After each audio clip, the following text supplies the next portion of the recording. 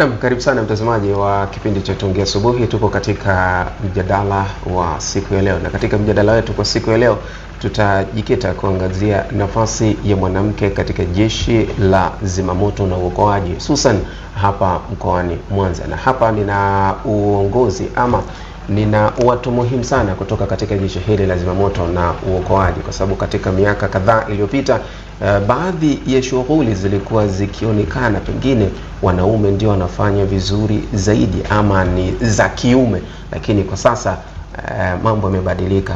Wanawake pia wanafanya kazi katika majeshi mbalimbali, wako jeshini, wako katika jeshi la polisi, lakini pia wapo katika jeshi la zimamoto na uokoaji kifanya shughuli mbalimbali. Kupambana na moto ndio shughuli ambayo imekuwa ikitambulisha jeshi hili, ingawa wanadili na mambo mbalimbali ya uokoaji. Sasa hapa siku ya leo tutajikita kuangalia, tunaelekea katika Machi 8, kilele cha siku ya mwanamke ama wanawake duniani, na kuna shughuli mbalimbali jeshi la zimamoto na uokoaji hususan kwa upande wa wanawake wameendelea kuzifanya ili kuelekea katika kilele hicho. Ili kufahamu hayo yote, hapa studio niko na msemaji wa jeshi la zimamoto na uokoaji Tanzania, huyu ni naibu kamishna Puyo Nzalaimisi, karibu sana. Lakini nitakuwa na mrakibu msaidizi Neema Masanja, huyu ni kaimu mkuu wa kituo hapa Nyamagana. Lakini pia nitakuwa na mkaguzi msaidizi Rachel Chilongola, lakini pia tutakuwa na constable wa zimamoto Roda Ismail kama muda pia utaturuhusu. Karibuni sana. Asante. Hii siku naibu kamishna, ina maana gani kwenu nyinyi hususan kwa jeshi la zimamoto na uokoaji? Asante sana Osman. Kwa kweli hii siku ni muhimu sana kwetu kwa sababu ya majukumu ambayo tumekabidhiwa na serikali.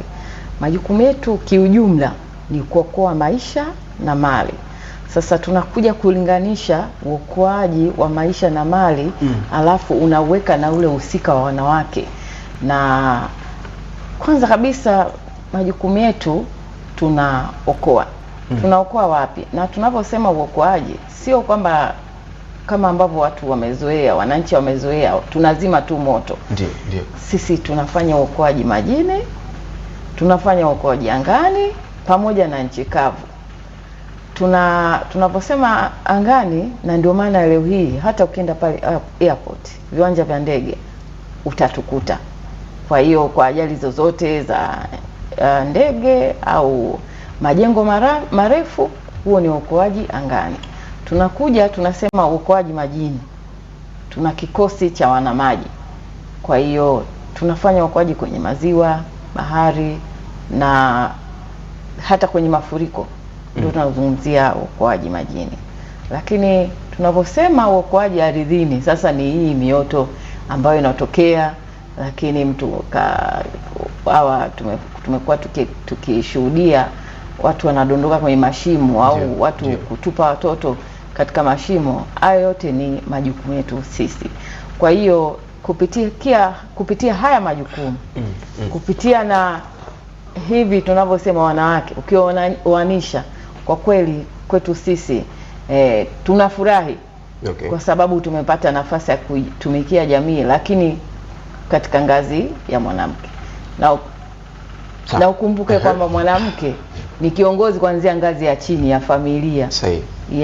Kwa hiyo sisi kwetu tunajinasibu kuwa katika jeshi la zimamoto na uokoaji. Naibu kamishna, hizo shughuli ambazo umezitaja hapa, kwa namna moja ama nyingine huwa zinahusisha matumizi ya nguvu kwa kiasi kikubwa, na kwa dhana iliyokuwepo kwa baadhi ya watu miaka kadhaa ni kwamba pengine hizi shughuli ngumu kama hizi za kijeshi na hizi ambazo nyinyi mnafanya, pengine wanaume wana nafasi kubwa ama wanaweza wakafanya vizuri zaidi. Nataka kufahamu mnawezaje kufanya majukumu haya, kuyatimiza majukumu haya kwa uwezo ambao mko nao nyinyi? Asante sana Osman, hilo ni swali zuri sana. Naomba nimkaribishe ofisa hapa ambaye yuko sasa kwenye field ili aonyeshe experience yake vizuri, namna gani anakabiliana na hayo. Atuambie zamani ipokuwa unawezaje kukabiliana na hizi changamoto. Kwanza nataka kujua, umewahi kufika mahali mtu akasema nani anafanya hizo, wewe unafanya jeshi la zimamoto, akashangaa. Mara nyingi kumekuwa na dhana kama hizo, kwa sababu hata juzi tu nimeshakutana na mtu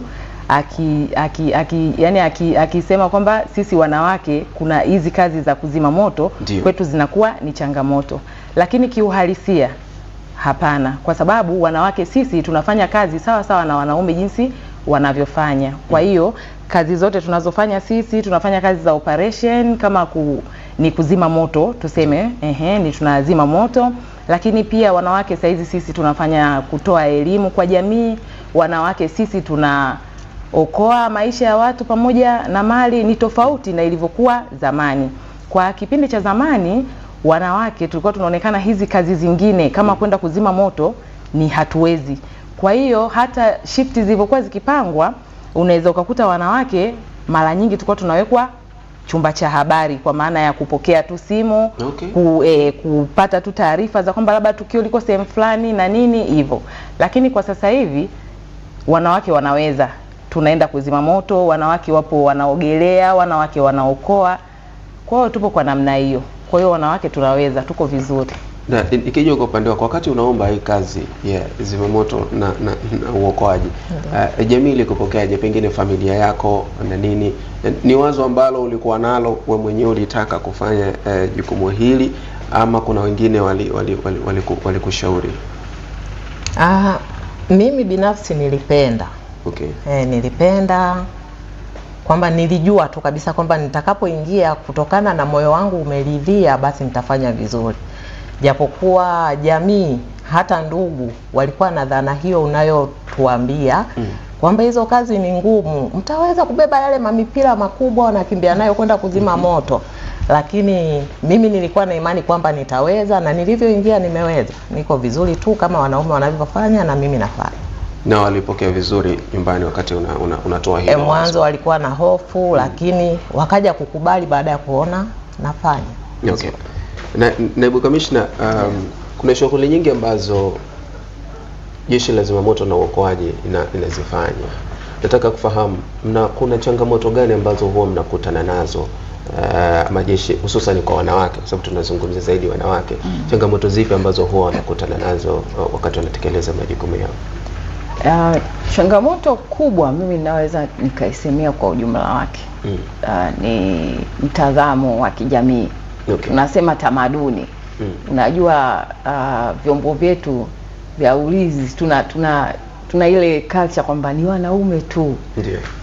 Kwa hiyo kuna kale culture ka mfumo dume. Lakini tunashukuru kadiri ambavyo tunaendelea, ile dhana inaondoka katika mindset. Na ndio maana kuna mabadiliko makubwa sana ambayo yamefanywa na serikali, lakini ndani ya wakuu wa vyombo. Nikianza kwanza kwa upande wa jeshi la zimamoto na uokoaji. Sisi tunaelekea katika 50 kwa 50. Ninavyosema tunaelekea katika 50 kwa 50, hapa ni mshukuru Mheshimiwa Rais Dr. Samia Suluhu Hassan ambaye ni Amiri Jeshi Mkuu. Mwaka juzi alitoa nafasi za uongozi, za uteuzi, na kupitia hiyo tuliweza kupata kamishna wa kwanza wa kike ambaye sasa ndiye kamishna wa operesheni. Lakini tulipata manaibu makamishna na mmoja wapo ni mimi.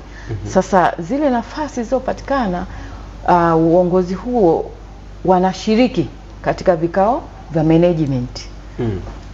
Kwa hiyo ni hatua kubwa katika kuvunja ile dhana ya mfumo dume. Tukija hapo katika ajira pia tumezingatia kwamba nafasi za wanaume, nafasi za wanawake. Kwa sababu imeonekana na imethibitika kwamba wanawake pia wanaweza wakawa wazamiaji. Wanawake pia wanaweza wakawa waokoaji angani. Tunao wanawake sio chini ya 5 ambao anapanda gorofa zaidi ya 10 na anashuka na mtu. Sasa kupitia huo ushujaa na uthubutu tunaona kabisa kwamba tunaelekea kwenye ile 50 kwa 50. Hapa tulipo tayari tunaye msimamizi wa wilaya ya kuzima moto. Na kwa mkoa wa Mwanza hapo tuna wilaya 7, lakini tayari 3 zimeshikwa na wanawake. divisheni mbalimbali, divisheni za ugavi, divisheni za sheria na sehemu zingine pia zinashikwa na wanawake. Kwa hiyo sisi tunajivunia, na ukiakisi kabisa na hii kauli mbiu yetu ambao unasema haki ya wanawake na wasichana msingi wa maendeleo jumuishi. Okay. Hii kauli mbiu inashabiana na hali ya sasa hivi, lakini pia imeakisi mapinduzi makubwa na maendeleo ya kumhusisha mwanamke kuelekea maendeleo.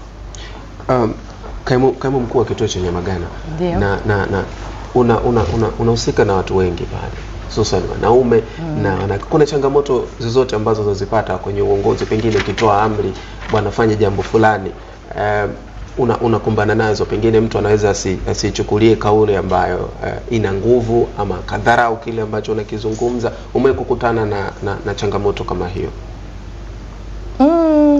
Hapana. Kwa upande wa changamoto kwenye suala la kutoa amri, labda kwamba kuna wanaume na wanawake useme kwamba wanaume wadharau, hapana. Kwa sababu sisi kwenye mambo ya kijeshi huwa tuna ile system yetu ya oda. Ukishakuwa na kiongozi wako akishatoa oda kutoka juu labda inaenda chini, unatakiwa ufuate. Kwa hiyo changamoto hizo sikutani nazo mara kwa mara au ndio.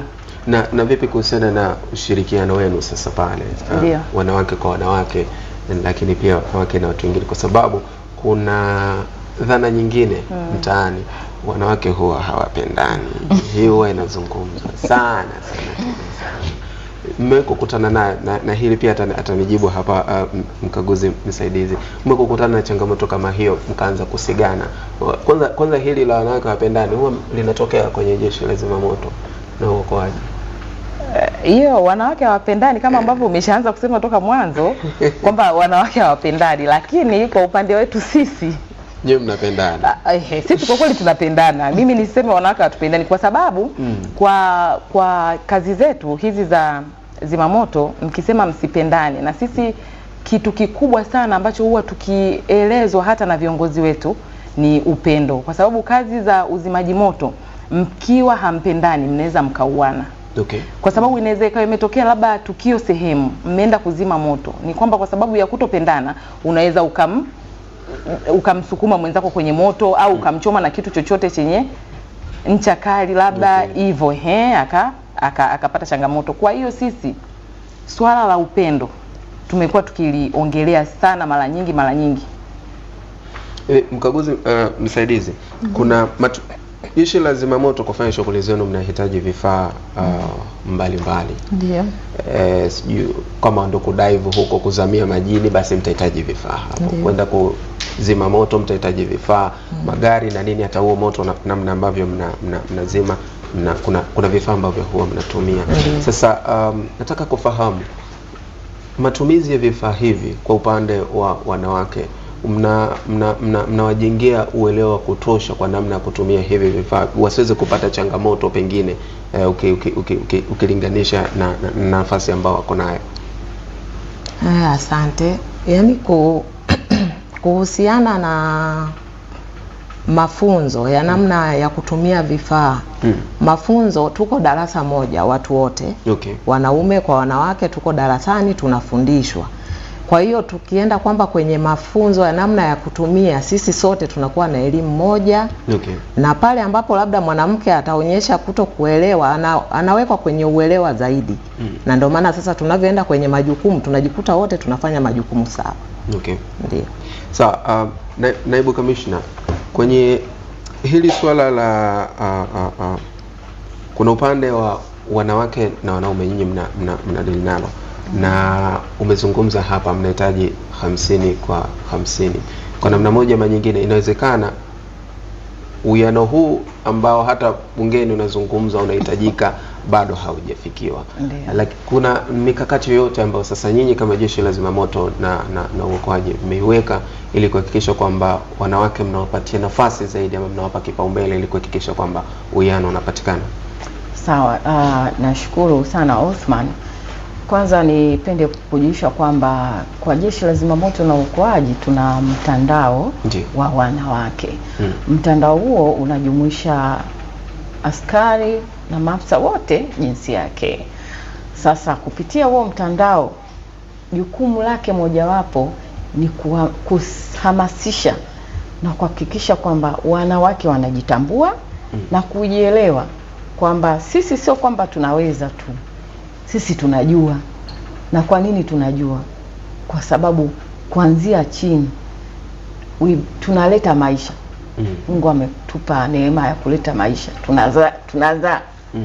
Kile ni kitendo kikubwa sana. Kwa hiyo tunaweza tayari. Tunajua tayari. Kwa hiyo tunawajengea wanawake ujasiri wa kujitambua. Ukishajitambua ni kwamba lazima ujiwekee malengo. Wewe unataka kuwa nani? Othman, unataka kwenda Al Jazeera, unataka kwenda BBC, unataka kufungua station yako, unataka kuwa nani? Okay, kwa hiyo kama unataka kuwa nani, hakikisha kwamba unaweka plans, mipango. Mimi nataka kuwa msemaji wa Jeshi la Zimamoto na Uokoaji. Nifanye nini? Nisome communication, niongee na Othman ambaye tayari yuko kwenye field. Kwa hiyo tunawajengea uwezo wa kujitambua. Lakini ukiachana na swala la mtandao wa wanawake, kwa uongozi wa Jeshi la Zimamoto na Uokoaji kupitia Kamishna Jenerali, tunawajengea uwezo wa elimu kwa kuwapa kozi fupi na za muda mrefu pia. Lakini kuwapa nafasi, ukiachana na kuwapa nafasi, kuwajengea uwezo wa kukaa katika zile nafasi. Ndio changamoto iliyopo mpaka sasa hivi. Baadhi wanapewa nafasi, lakini sasa unakuta bado. Sasa nini tunachofanya sasa hivi? Kuwajengea uwezo wa kushika na kukaa katika zile nafasi. Ndio mkakati mkubwa wa Jeshi la Zimamoto na Uokoaji. Elimu, kuwapa nafasi, kuwajengea uwezo wa kukaa katika zile nafasi. Sawa. Mrakibu, ukitazama nyinyi, hii shughuli kilele chake ni tarehe 8, lakini nimeambiwa hapa kuna shughuli mbalimbali kuelekea hicho kilele mmezifanya. Pengine ni shughuli gani hasa mmezifanya tangu kuanza kwa mwezi huu wa 3 mpaka hicho kilele kitakapofikia? Asante sana Othman. Kwa upande wa kwetu sisi tumefanya shughuli nyingi ikiwemo kutoa elimu sehemu mbalimbali kwenye mikusanyiko ya watu kama mashuleni, vyuoni, kwenye stendi za mabasi. Lakini pia kwa kipindi hichi tumeweza kufanya usafi. Kwa mfano hii kwa tunavyoongea hapa, kuna baadhi ya maafisa wengine pamoja na askari, kuna eneo ambalo wanafanya usafi. Hii yote ni kwa ajili ya kuelekea kilele hicho cha maadhimisho ya siku ya wanawake duniani. Nikija kwako, ni elimu ya aina gani ambayo mmesika kuitoa kwa hao wananchi? Elimu sana tunayoitoa ni kuhusiana na kinga na tahadhari ya moto. Kwa hiyo tunaendelea kutoa elimu ya moto. Moto ni kitu kizuri kwamba kinatuletea manufaa kwenye kupika na nini. Lakini tutakapotumia vibaya, tumewasha mishumaa, tumewasha vibatari, basi tunaweza tukasababisha majanga ya moto. Kwa hiyo tunaendelea kutoa elimu hii, kwa maana elimu tunayoitoa inaleta kinga sasa, ili tuweze kuishi salama hata na jamii au na familia zetu. Kwa hiyo tunachokiona zaidi, kinga ni bora kuliko tiba. Ndio hivyo sasa tunaendelea kutoa elimu kwa jamii ili wajue namna ya kuishi hata na watoto, kuwafundisha hiki msifanye, hiki msifanye hivi na hivi. Hiyo yote inatoka kwetu wazima moto, elimu kupeleka kwa jamii. Hivi na hili mtazungumza nyinyi kwa uzoefu wenu. Watu wanapokeaje hii elimu ambayo mnakuwa mnawapa? Mwitikio wao huwa ukoje? Mara zote watu tunapoenda labda sokoni kuongea nao, huwa tunaona kwamba wanafurahi. Mwingine anakuambia mlikuwa wapi kutuambia, lakini sasa kwa kuwa jamii ni kubwa, tunajikuta tunawafikia kwa awamu. Lakini wale tunaowafikia wanafurahi sana kwamba hizi elimu tunavyozipata kumbe tunajua mshumaa si kitu salama, ambapo hapo nyuma walikuwa bado hawafahamu. Okay. Naibu Commissioner, umezungumzia ile kauli mbiu ya haki ya mwanamke, msichana, msingi wa maendeleo. Nataka kufahamu mwanamke ana haki gani kuelekea kwenye kuleta maendeleo, pengine nafasi yake ni ipi? Sawa kabisa, ana haki ya kuwajibika. Yaani mwanamke ana haki ya kuwajibika, na kuwajibika kwa uhakika, pasipokuwa na nini na kusema kwamba mimi siwezi kwa sababu naumwa. Mimi siwezi kwa sababu sasa hivi naenda bed rest, sijui na hivi vile visingizio vile vidogo vidogo, ili kutimiza wajibu. Ikumbuke hakuna haki bila kuwajibika. Kwa sisi kwa wanawake ili tupige hatua ni lazima tuwajibike. Wajibike ili tuweze kupata haki yetu, lakini tuwajibike ili kuweza kupata maendeleo pia. Mnawajibika ipasavyo. Kaimu mkuu wa kituo cha Nyamagana, wanawake mnawajibika ipasavyo kwenye majukumu yenu, hususan kazini lakini pia nyumbani, kwa sababu nyewe mna majukumu mengi nyumbani na kazini. Mnawajibika ipasavyo, mnavaa viatu vyote? Kabisa. Hamna namna, kwa sababu unajua ukishakuwa mwanamke we mwenyewe unajitiuni. Hapa sasa hizi unatakiwa ufanye nini, hapa sasa hizi ni kazini, hapa ni muda wa watoto, ni hivyo. Kwa kweli tunapambana kuwajibika sawa sawa kama inapotakiwa. Muda wa kazini tunatakiwa kutekeleza majukumu yetu ya kazini, lakini pia inapofikia muda wa nyumbani basi tunatekeleza majukumu ya familia. Mnatekeleza majukumu ya familia. Mnapimaje sasa uwajibikaji ili kujua mtu fulani anawajibika katika maeneo yake yote mawili? Inawezekana kwa sababu mara kadhaa wanawake wamekuwa wakilaumiwa wakishapata shughuli za kufanya majukumu ya malezi tena anayasahau, anamwachia mdada wa kazi. Sasa hii kazi ya zimamoto na uokoaji inawezekana muda mwingi ukautumia kazini. Kwa uzoefu wako huwa unawekaje muda wako na utengaji kuhakikisha kwamba maeneo yote mawili unayacheza vizuri? Kwa kweli tunavyojitahidi kubalance, kwa kila mmoja anajua namna gani yeye ana balance pale kwake, lakini kwa upande wa kazini kujua kwamba kiasi gani nimeweza kutekeleza majukumu yangu, sisi mara nyingi huwa tunakuwa na mipango kazi. Unajua kwamba mimi siku ya leo natakiwa hapa kazini nihakikishe nimefanya kitu 1, 2, 3, na mpaka wiki nzima kazi zangu natakiwa nifanye hizi. Okay. Kwa hiyo wiki itakapoisha wewe utajitathmini pale. Je, niliweza kufanya? Kwa hiyo pale yani utaona mwenyewe kwamba hapa nimeweza kufanya kwa asilimia ngapi na hapa nimefeli kwa asilimia ngapi kwa upande wa kazini. Lakini na kwa upande wa nyumbani tunatenga muda, kwa sababu hamna namna, ni lazima uwajibike. Itafika muda umetoka kazini, kuna muda kweli unapata changamoto, kwa sababu kama sisi taasisi zetu hizi za kijeshi tunasema kazi ni masaa 24. Okay.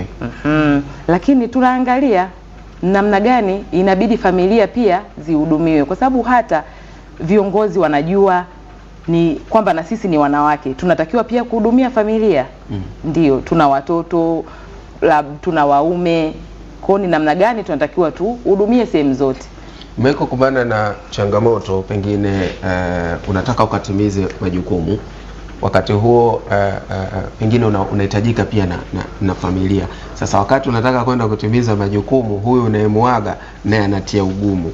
Umeweza kukumbana na changamoto kama hiyo? Ambaye ni baba sasa.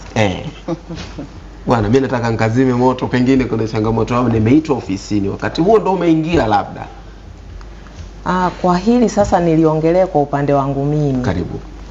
Mume wangu hana changamoto kwenye hilo, kwa sababu alinioa akijua mimi ni mtumishi wa Jeshi la Zimamoto na Uokoaji. Kwa hiyo naona kwenye hilo anauelewa sana kwamba huyu lazima cha kwanza ni kutimiza majukumu ya kazi. Kwa hiyo sijaona changamoto kuniambia labda usiende kazini, hapa nyumbani unatakiwa upike wewe. Sisi watumishi hatukwepi kuwa na wadada wa kazi. Okay. Kwa sababu ndo hivyo, tuna waume, tuna watoto, tuna majukumu ya kazi. Kwa hiyo tunatakiwa tufike kazini. Muda unaotakiwa kufika kazini, lazima pale nyumbani dada wa kazi awepo.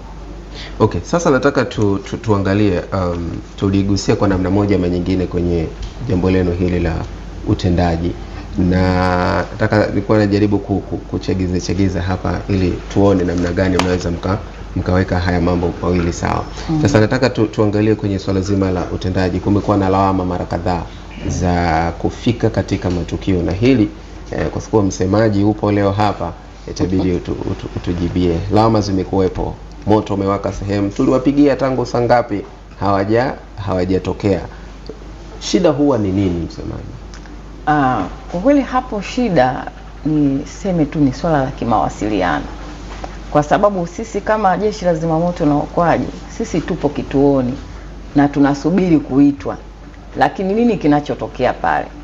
Unakuta moto unaanza pale, lakini sasa wananchi wanaanza kupambana na moto. Unakuta mama ana sanduku lake la kikoba huko, ana mahati yake, ana madhahabu, anakimbilia kwanza kufanya uokoaji pale, lakini moto unaendelea kuwaka, anasahau kupiga simu ya zimamoto namba 114. Wakati sisi hii huduma ni bure kabisa, Osman. Ndio. Kwa unavyoona hata cheche wapiga tu, piga 114, sisi tutakuja kukuhudumia. Swala hili lisichukue muda. Bwana, huu moto tunaukabili. Lakini ungepiga ile namba kwa haraka pale pale, wakati huo unaanza kufanya jitihada za uokoaji za awali, lakini na sisi tunakuja njiani. Lakini swala lingine ni miundombinu. Na hili tulizungumza kwa undani. Miundombinu ikoje na mnafanyaje sasa? Yes, ni miundombinu. Sasa miundombinu, tunakuja swala la kwanza, kuna taratibu ka foleni kidogo. Unakuta tumepigiwa simu, na sijawahi kupata experience ya Mwanza, lakini labda tuzungumzie kwa mkoa wa Dar es Salaam. Sasa muda ule wa saa 10 mpaka saa 2 kila mmoja anaelekea nyumbani, lakini ndio mmepata wito. Sawa, nashukuru kwamba sasa hivi wananchi wanaelewa. Wanaposikia gari ya zimamoto na uokoaji inapiga king'ora, inaomba msaada wa kupita, na wanapisha. Lakini sasa unaweza ukapata picha, simu kweli ya uhitaji imepigwa, lakini distance ya kutoka pale Kinondoni, labda kwa sababu tuna vituo, na tuna kituo cha wilaya pale Kinondoni, atoke Mwenge aende Kimara na ile foleni. Kwa hiyo inaweza kachukua dakika 20 mpaka 30. Lakini lingine katika swala la miundombinu ni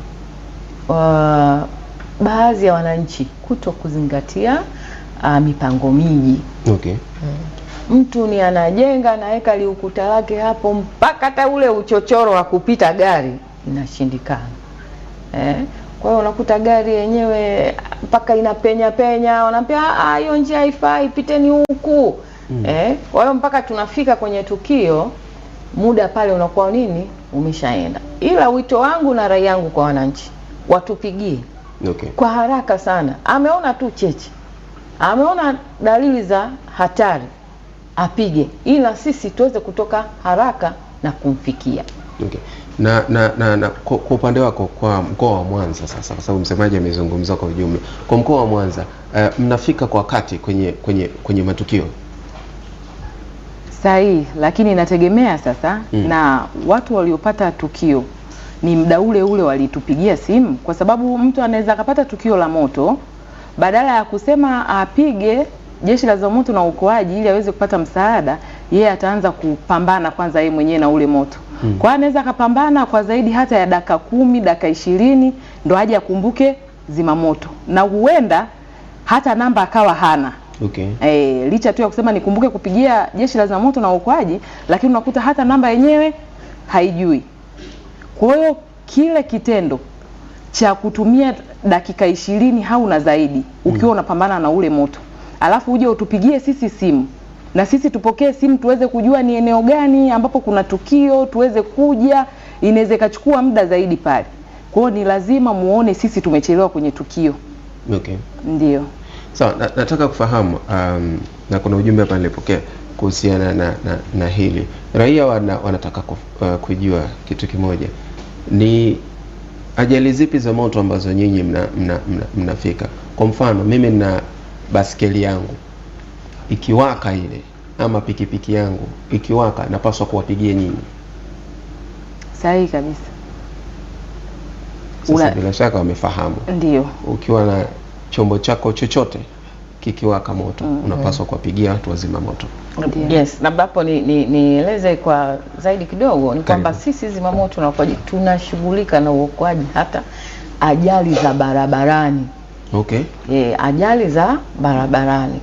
Tunachofanya ni moja, isilete madhara, kwa sababu umezungumzia labda baiskeli yako inaungua. Kumbuka ile baiskeli labda iko pembeni ya nyumba. Kwa hiyo inaweza kusababisha kuleta madhara zaidi. Lakini pikipiki inaungua, kuna foleni, inaweza kusababisha magari mengine yakaungua. Lakini pia tunashughulika kwenye ajali za barabarani kupunguza idadi ya vifo, lakini na kuhudumia wale majeruhi ambao wamepata ajali. Okay, nataka kufahamu kwenye elimu ya kinga ambao umekuwa unatoa kwa wananchi, ni mtu anapaswa kufanya kitu gani ili aweze kuwa salama, kujikinga na hizi ajali za moto? Hususan pengine mtu anajenga nyumba yake, anapaswa kuzingatia vitu gani ili hata wakati ajali ya moto imetokea, sivyo bahati, nyinyi muweze kufika na kwa urahisi na kuweza kutimiza majukumu yenu? Asante.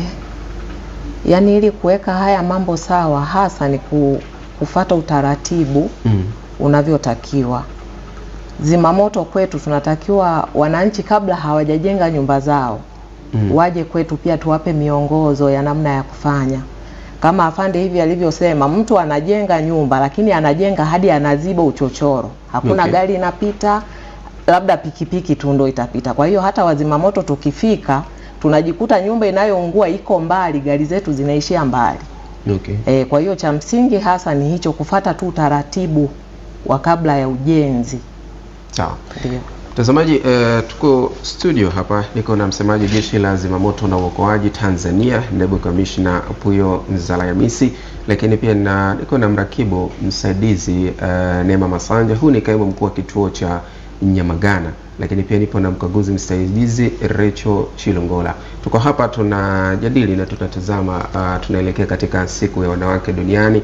Tunatazama nafasi ya mwanamke sasa katika jeshi hili la zimamoto na uokoaji. Kuna swali hapa nimetumia, ilikuwa nalitazama mara mbili kuhusiana na swala la uniform ambazo mnazitumia. Kuna mfanano wa uniform kati ya jeshi la zimamoto lakini pia jeshi la polisi.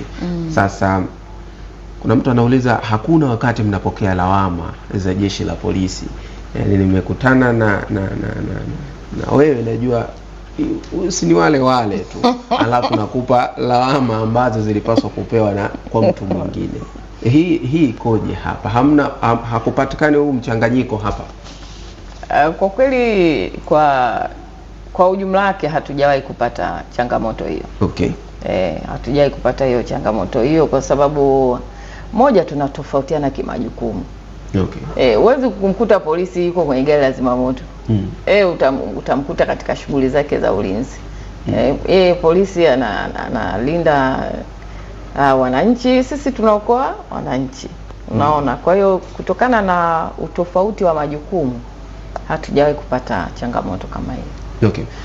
Tumezungumzia sana kuhusiana na swala la moto, na sasa tugeukie kwenye upande mwingine ambao pia mnafanya kwenye uokoaji hususan wa majini. Nataka kufahamu shughuli zinaendaje kwa upande huu, hususan katika kipindi hiki ambacho kuna changamoto ya mvua, na juzi tu hapa kulikuwa na matukio ya watu kuzama na vitu kama hivyo. Hali ikoje kwa sasa, kutoka sababu upo Mwanza tukia hapa Nyamagana? Kwa sasa kipindi hichi hatujapata sana matukio ya watu kuzama kwenye maji kwa hichi kipindi cha mvua hizi zilivyoanza nyingi hapa, lakini kwa sababu tulipata taarifa kwamba kutakuwa na mvua nyingi, hivyo na sisi tukajikita sana kwenye swala la utoaji wa elimu kwa watu kwa sababu tunaenda sana kutoa elimu maeneo ambapo watu wanakaa maeneo ya karibu na maji, watu wanaosafiri kwenye meli hivyo, kwenye hivyo vivuko. Kwa hiyo sisi tumekuwa tukijitahidi sana kutoa elimu. Kwa hiyo kwa kiasi fulani imeweza kutupunguzia hiyo shida kwa kipindi hichi. Kwa kweli kwa kipindi hichi hatujakutana sana na matukio ya uokoaji sababu ya hii adha ya mvua. Ndio. Na mkaguzi msaidizi, ndio, tusaidie hapa ili mtu awe salama wakati wa kutumia vifaa vya majini. Kwa mfano yuko kwa sababu shughuli nyingi za wakazi wa Mwanza makanda ya ziwa ni uvuvi. Watu wanategemea ziwa ili waweze kuishi. Hawezi kuacha kwenda ziwani kutokana na hizi mvua. Ili awe salama sasa, afanye shughuli zake kwa usalama, anapaswa kuwa na vitu gani ama kuzingatia mambo gani? Kwenye upande wa vifaa, kwanza kikubwa ni hii elimu, kama afande alivyotangulia kusema, tunafika maeneo yale kuwapa elimu ya namna ya kuishi sasa na mazingira tulionayo, na ni lazima waingie majini na hivi na hivi. Lakini vipo vifaa, kuna zile life jacket. Ndio. Vile ni vifaa vya kujiokolea. Lakini pia kuna vifaa maalum ambavyo akiwa ndani ya maji vyenyewe huwa vina reflect. Yaani wewe ambaye wewe uko pembeni yake, yeye yuko ndani ya maji, utajua kwamba pale kuna mtu kutokana na kile kifaa kinakuwa kinatoa mwanga maalum. Kwa hiyo hivyo vyote tunajitahidi, tunaendelea kutoa elimu ili wavitumie kwa ajili tu yote ya kuokoa maisha yao. Ndio. Msemaji, sasa tunaelekea ukingoni, muda umetutupa mkono. Kwa heshima yako takupa sekunde kadhaa, dakika moja hivi, ili uweze kutuhitimishia kwa siku ya leo. Hususan tunaelekea katika kilele cha siku ya wanawake duniani na mizungumza hapo kauli mbiu. Nataka kufahamu kakati wenu nyinyi kama jeshi la wananchi, jeshi la zimamoto na uokoaji, mmejipanga kiasi gani ili kuhakikisha kwamba mnatimiza majukumu yenu? Sawa, mimi nashukuru na katika kuelekea kuadhimisha siku hii ya wanawake na namna ambavyo jeshi la zimamoto tumejipanga kutimiza majukumu yetu. Kimsingi sisi tuko timamu muda wote. Ndiyo. Na tuko timamu kuwatumikia wananchi kwa moyo wa huruma. Yes, tuko timamu kutumikia wananchi kwa moyo wa huruma. Kwa hiyo wito wangu na rai yangu ni kwamba wasisite kutupigia. Na sasa hivi tuna vifaa, na mradi ambao tayari umeshafikia hatua ya mwisho. Tuna magari ambayo yamefika mpaka wilayani. Sasa ni jukumu lao wao sasa. Sisi tuko tayari kuwatumikia, jukumu lao wao sasa kutupigia sisi. Na zaidi kwa upande wa wanawake, kwa sababu tunaelekea katika kuadhimisha siku hiyo, niseme kwamba kwa wanawake wote ambao wako katika vyombo vya ulinzi na usalama, niseme sisi sio superwoman, but we are superwoman and heroes. Sisi ni wanawake wapambanaji, lakini ni wanawake mashujaa. Kwa hiyo sisi tuendelee kuchapa kazi kwa malengo mazuri ya kulijenga taifa letu. Sisi kama wanawake tuna wajibu mkubwa sana na tuna mchango mkubwa sana katika kulijenga hili taifa na kuliletea maendeleo. Sababu nilikwambia unamalizia, ila nikuchomekea hili swali. Hivi inakuwaje maji huwa yanaisha? Ili huwa linazungumzwa sana. Tumekuja maji yameisha, wameenda kufuata tena maji. Hii inakaje hapa? Osman, nilitegemea hilo swali na nashangaa umeniuliza ukiwa umechelewa. Hii maji inakuwaje imeisha? Ofisa hapa alizungumzia kwamba sisi tunafanya majukumu yetu lakini kwa upendo. Lazima tuwe na upendo. Sasa kifupi sana nikupe tu mfano. Sisi magari yetu yote yanapokuwa kituoni na yanapoenda kwenye tukio yanakuwa na maji. Lakini nyuma lile gari, na ile ni mitambo. Sio magari kama ambavyo watu wamezoea. Ni mitambo. Ukija pale nyuma ya gari kuna pump. Ndio. Sasa ile pump kwa dakika moja inaweza ikatoa maji lita 2000 kwa dakika moja. Sasa una gari la lita 10,000. Sawa? Unaenda sasa kufungulia maji pale kwenye pump. Tafsiri yake ni nini? Kwamba ndani ya dakika 5 maji lita 10,000 yatakuwa yamefanyaje? Yameisha. Okay. Sasa hapa tunakuja kwenye concept ya upendo. Sawa? Mimi mzima moto na operate ile pampu na kuna askari wengine wako mbele wameshika ile fire hose wanaendelea kuuzima ule moto. Sasa mimi kama sina upendo na wewe, nafungulia tu baa tu pale mpaka mwisho, ule mkanda unawatandika, unashangaa watu wamedondoka chini na nini, umeangushwa na ule mpira. Kwa hiyo ndio zana upendo pale, tunasema lazima tufanye kazi kwa upendo.